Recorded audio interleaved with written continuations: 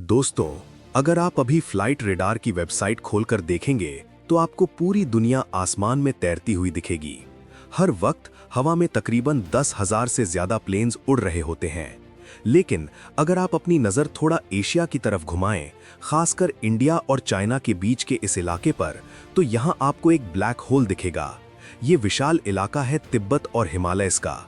दुनिया की सबसे बड़ी एयरलाइंस, सबसे एडवांस्ड प्लेन्स और सबसे एक्सपीरियंस्ड पायलट्स भी इस रास्ते से गुजरने से डरते हैं। वो लंबा रास्ता ले लेंगे, घंटों एक्स्ट्रा उड़ लेंगे, लेकिन इस नो फ्लाई जोन में कदम नहीं रखेंगे। आखिर क्यों? क्या यहाँ कोई मैग्नेटिक पावर है, कोई सीक्रेट मिलिट्री बेस, या वजह कुछ और ही है? वेलकम दोस्तों, स्वागत है हिडन ट्रेस पर, और आज हम सुलझाएंगे एविएशन की दुनिया का सबसे बड़ा राज। सबसे पहली वजह हमें लगती है पहाड़। हम सब जानते हैं कि हिमालयाज़ दुनिया की सबसे ऊंची पर्वत श्रृंखला है। माउंट एवरेस्ट की हाइट लगभग 29,000 फीट है।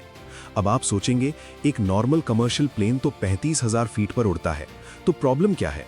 प्लेन आराम से पहाड़ के ऊपर से निकल सकता है ना? लेकिन एविएशन में एक रूल होता है, मार्जिन ऑफ एरर। हिमालयाज़ में मौसम पलक झपकते ही बदलता है।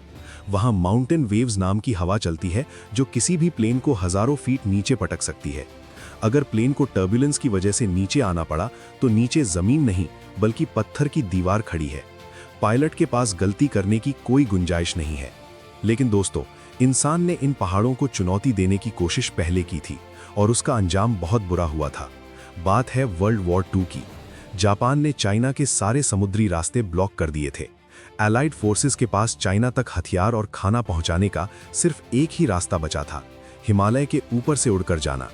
इस रूट को पायलट्स ने नाम दिया था द हम्प। ये मिशन इतना खतरनाक था कि इस रास्ते का नाम पड़ गया द एल्यूमिनियम ट्रेल। कहा जाता था कि अगर नए पायलट को रास्ता न मिले तो उसे बस नीचे पहाड़ों पर चमकते हुए गिरे हुए प्लेन्स के एल्यूमिनियम के टुकड़ों को फॉलो करना है। तकरीबन 600 प्लेन्स गायब हुए और हजारों पायलट्स मारे गए। उनकी लाशें और प्लेन्स आज भी उन बर्फीली चोटियों में दफन है। उस दर्दनाक इतिहास ने दुनिया को सिखा दिया कि हिमालय से टक्कर लेना बेवकूफ़ी है।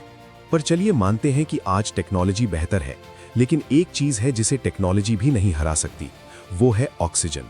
मॉडर्न प्लेन्स प्रेशराइज्ड होते हैं ताकि हम ऊपर सांस ले सकें, लेकिन अगर हवा में प्लेन की खिड़की टूट जाए या सिस्टम फेल हो जाए तो कैबिन का प्रेशर खत्म हो जाता है। ऐसी इमरजेंसी में पैसेंजर्स के पास ऑक्सीजन मास्क में सिर्फ 15 से 20 मिनट की ऑक्सीजन होती है। एविएशन का ड्रिफ्ट डाउन प्रोसीजर कहता है कि पायलट को तुरंत प्लेन नीचे 10,000 फीट पर लाना होगा, जहां हवा में कुदरती ऑक्सीजन होती है। और यही सबसे बड़ी समस्या है। तिब्बत में जमीन की एवरेज हाइट ही 14,000 फीट से शुरू होती है। अगर पायलट प्लेन को 10,000 फीट पर लाएगा तो वो हवा में नहीं, सीधा पहाड़ के अंदर होगा। यानी अगर तिब्बत के ऊपर ऑक्सीजन खत्म हुई तो प्लेन के पास बचने का कोई रास्ता नहीं है, क्रैश होना तय है। आप सोच रहे होंगे कि क्या कभी किसी के साथ ऐसा हुआ है? जी हां, 14 मई 2018 को सिचुआन एयरलाइंस की फ्लाइट 8633 तिब्बत के किनारे पर उड़ रही थी। सुबह के 7 बजे 30,000 फीट की ऊंचाई पर अचानक कॉकपिट की राइट विंडशील्ड एक धमाके के साथ टूट गई। को पायलट आधा खिड़की से बाहर खींच गया। कॉकपिट का तापमान तुरंत -40 डिग्री हो गया। सब कुछ जमने लगा। कैप्टन लियू चुआन जियान के पास प्लेन को नीचे ले जाने का ऑप्शन नहीं था, क्योंकि नीचे पहाड़ थे। उन्हें उसी जानलेवा ठंड और बिना ऑक्सीजन के प्लेन को पहाड़ों के ऊपर ही उड़ाना पड़ा जब तक कि पहाड़ खत्म नहीं हो गए। वो किस्मत वाले थे जो बच गए। इस घटना को द मिरेकल ऑफ चाइना कहा जाता है, लेकिन हर पायलट इतना किस्मत वाला नहीं होता। अब वीडियो खत्म करने से पहले आपके दिमाग के एक सवाल का जवाब देते हैं।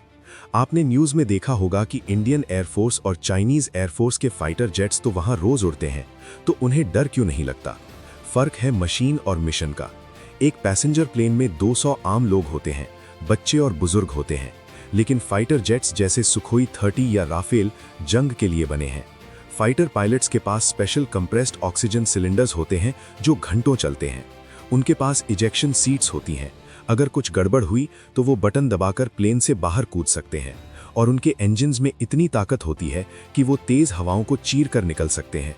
इसलिए फौजी विमान वहां उड़ सकते हैं, लेकिन आपकी और हमारी सेफ्टी के लिए कमर्शियल एयरलाइंस वहां नहीं जाती। तो दोस्तों, अगली बार जब आप फ्लाइट ट्रैक करें और देखें कि आपका प्लेन सीधा जाने की बजाय घूम कर जा रहा है, तो गुस्सा मत होना।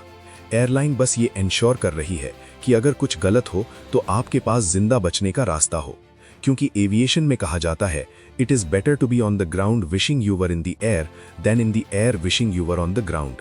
यानी जमीन पर रहकर उड़ने की ख्वाहिश करना बेहतर है बजाय हवा में रहकर जमीन पर होने की दुआ करने के। वीडियो पसंद आई हो तो लाइक जरूर करें और हिडन ट्रेस को सब्सक्राइब करें ऐसे ही गहरे राज जानने के लिए। मैं मिलता हूं आपसे अगली डॉक्यूमेंट्री में। जय हिंद।